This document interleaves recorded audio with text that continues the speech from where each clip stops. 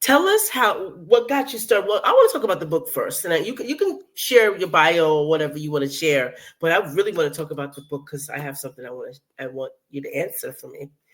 Well, let's start there then. Okay.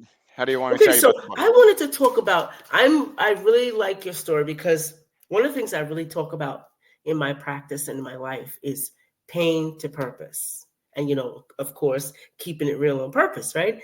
Pain to purpose. I can't tell you how my life has changed from my pain. I had an accident, and how my life has changed, and my original self kind of came back, you know.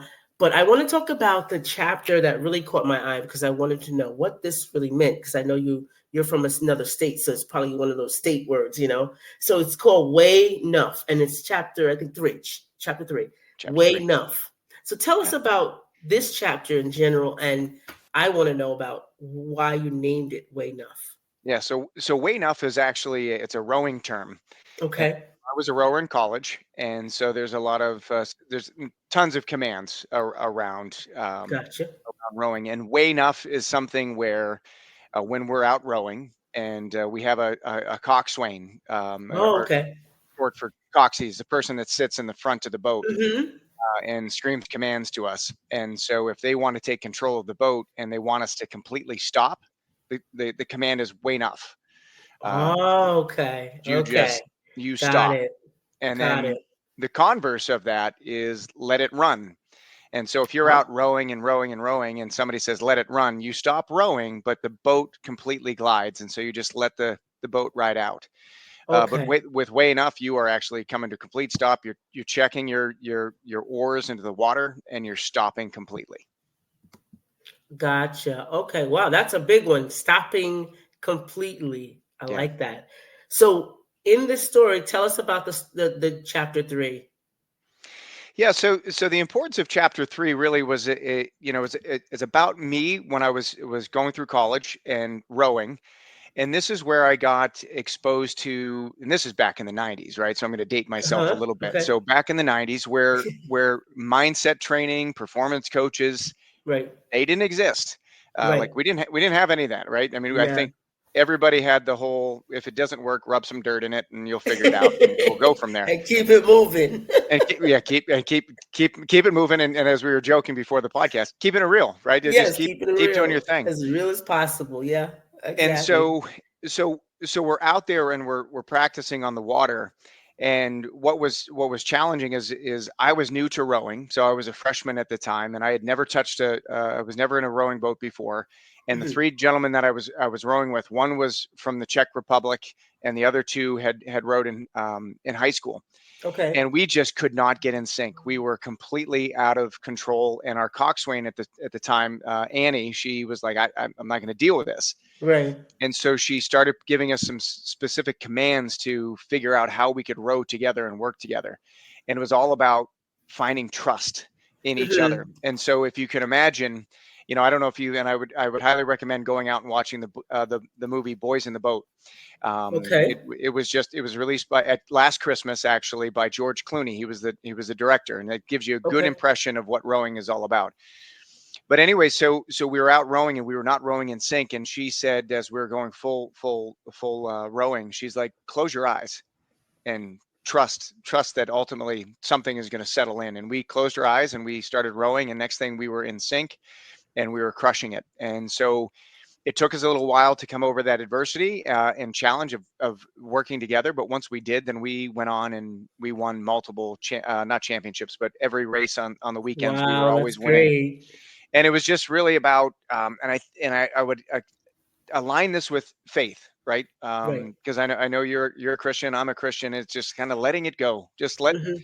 Just let it go and trust the process. And so Right. that's in Okay. essence what she did. And that was my first exposure to kind of a mindset training of just really relaxing the body and the mind and letting it go and trying to figure out, like, all right, we got a point A to B to get to. Just trust me, I'm going to lead you where that's going to go. And so that was my first exposure to it. And the other challenge that came out of that, my experience, was then I started having some challenges with my heart. And Oh so boy. it popped up in my rowing, and I didn't think anything of it. because again, I was a young kid. I thought to myself jokingly, I probably had a few too many beers the night before practice, and maybe I was dehydrated. I didn't think anything of it, and I just ignored it. But then about almost 20 years later, it came back to haunt me, and that ultimately led to my full diagnosis of atrial fibrillation when I was 38 years Wow. old. Okay. So Wow. that's the emphasis of Way Enough, was really kind of the beginning of my understanding of what mindset training is, and then how I could grow from that and utilize that moving forward in my life. Okay. Great. That's great. And I know I read your book, and it's Unlimited Heart. And I just knew I'm gonna tell you, whoever did the graphics had me on in. It went with everything. It Yeah, went with every chapter, just so you know. I'm saying yeah. that today. But Thank you. I loved it. And I made notes all over. Um Sometimes we have different experiences, but no, we have different, whatever it is. So I had a car accident, you had a heart issue, Yeah, and it just seems like we went through the same things. Like we yeah, experienced the learning patterns that we learned. It was super. It was great. I was like, oh my gosh, here I am right here. yeah, yeah. so so tell me, what was one of the most learning experiences out of having that heart issue and learning about it. Honestly, the biggest thing for me was understanding and embracing my mortality.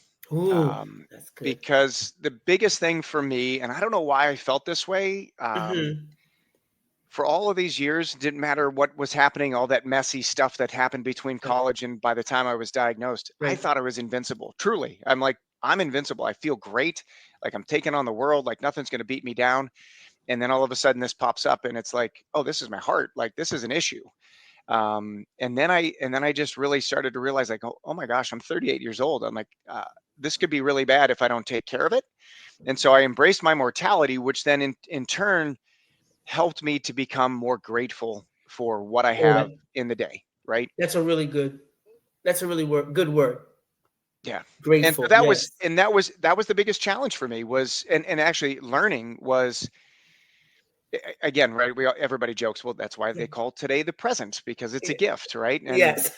And but Ed and I will tell you, I strive now to live that way because Yep. I've dealt with a significant amount of anxiety when I was a teenager, Hmm. and I overcame that in some ways. And then I started realizing, like, my God, if like I only just live for today and not worry about tomorrow, It's then an excellent feeling. I'm I feel free, right? Yes, you're And not under any pressure. And it takes a while to learn that. You got to get in the habit of strategically doing it. It's got to be, okay, I'm going to do this. You can't think that you're going to do it like automatically, because your mind is not going to let you do it, right? no, But you no, have to intentionally focus on the moment. Focus on the moment. You know.